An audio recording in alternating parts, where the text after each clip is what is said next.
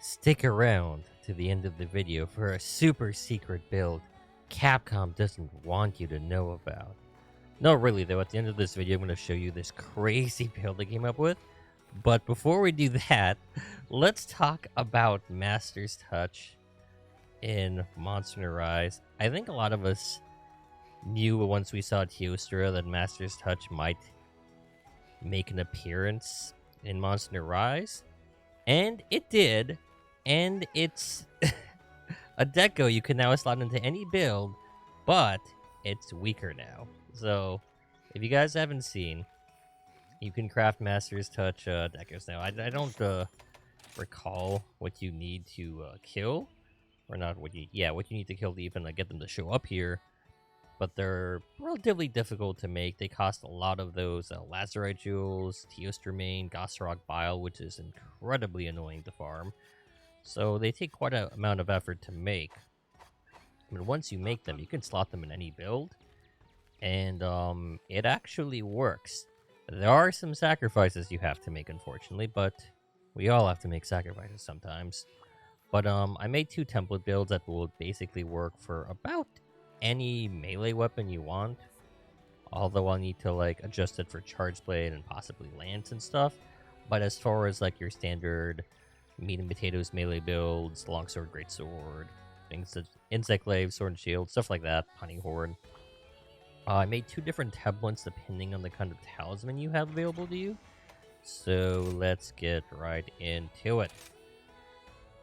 Okay, first of all, Nargacuga weapons, because you need affinity. Master's Touch relies on you having affinity.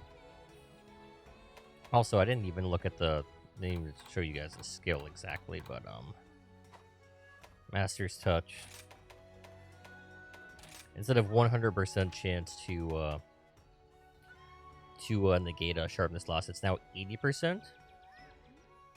Whenever you get a crit, so keep that in mind. So you will always be losing some sharpness no matter what, but it's not the end of the world, because you can still pretty much consistently not drop below blue or white sharpness as long as you remember to sharpen whenever a monster leaves the area.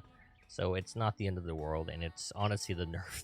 It's honestly the nerf Master's Touch kind of needed because of how ridiculous it was in a world. But anyway, Nargacuga weapons, so you don't have to worry about needing to slot in extra crit eye or maximite or anything else to get 100% affinity. It's really hard to get 100% affinity on a lot of weapons. Nargacuga makes it really easy to where you don't even need as much crit eye, so always Nargacuga weapons, not to mention white sharpness, pretty high raw, you know the deal. Best inside helmet, Teostra helmet. Now this chest piece, I was trying to figure out how to make this build work, and I realized that the bare chest piece wasn't cutting it because I was getting that extra attack that I needed more flexibility on.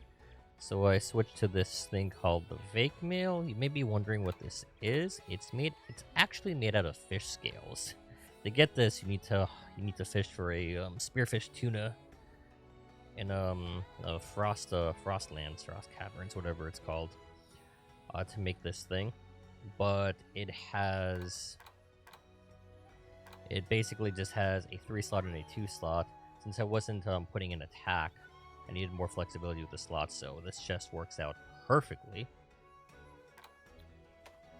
Kaiser Vamp braces.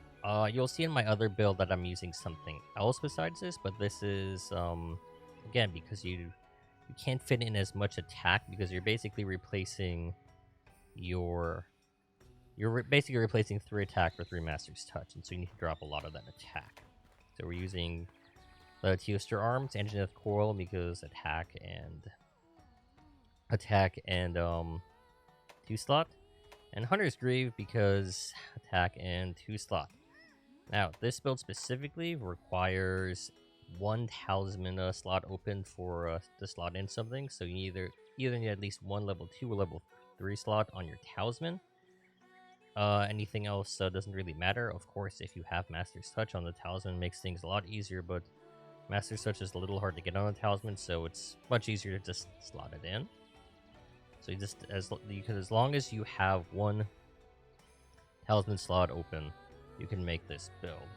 Because we have Master's Touch slotted in here, and we have it slotted in on the arms and chest. So you end up having 4 attack, 4 crit eye, 3 Master's Touch. You're actually sitting at 60% base, so you're actually 10% over with weakness exploit, but that's okay because because you want to get as many crits as possible, and if you happen to hit a non-weak point, you want to have as high as possible chance to crit as you can, so you don't lose any sharpness. So being over crit isn't bad. Unfortunately, if you don't have a better talisman, you're not going to be able to squeeze in any more attacks. So finding a talisman with like some comfy skills in a 2-slot isn't hard. I recommend Partbreaker, Slugger. There's lots of talismans that have 3 levels of a skill plus a 2-slot. So I'm sure you can find something that works with your build. But this is a basic template on how you would work Master's Touch into any melee DPS build, where you just all you need to do is sacrifice 3 attack. 4 attack is the sweet spot because that's where you get the percentage bonus for attack. So as long as you have 4 attack, that's good. The difference between 4 and 5 attack isn't that much. There's really only a difference between 6 and 7. In fact, you can see right here. I'm going to show you.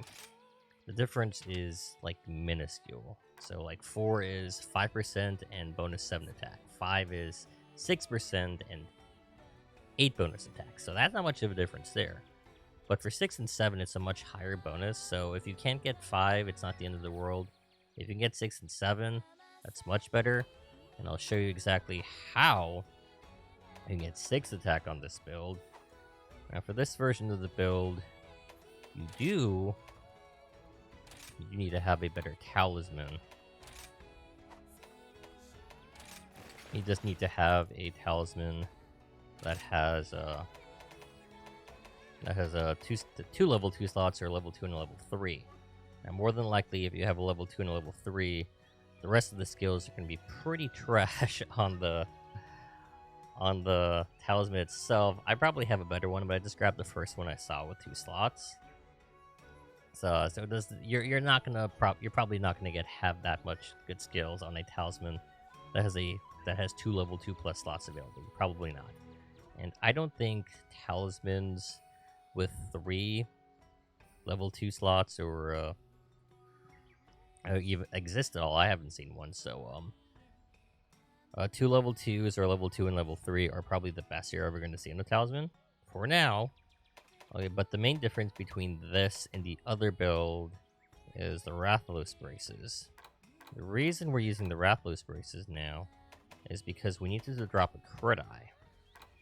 The thing is, if you drop the Hyosa braces, not only are you dropping a crit eye, you're also dropping a crit boost. So that's why we needed the extra slot on the talisman to replace that crit boost.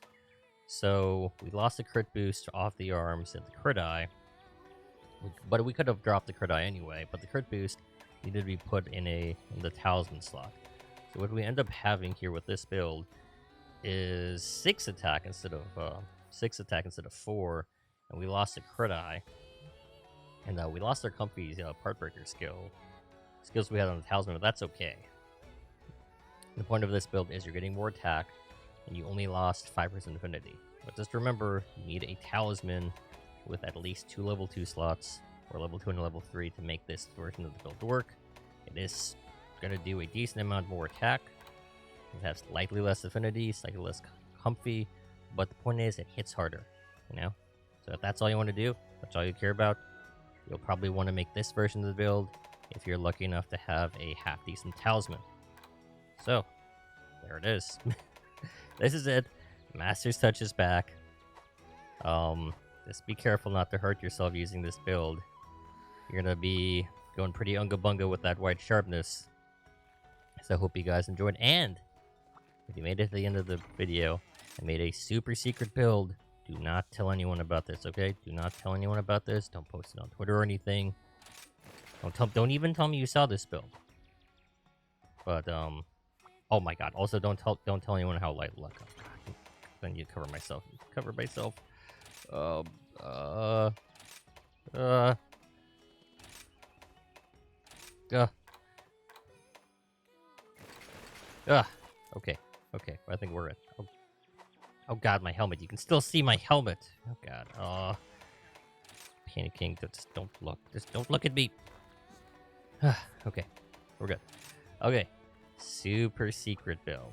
This build right here is our good old 100% affinity ninja build.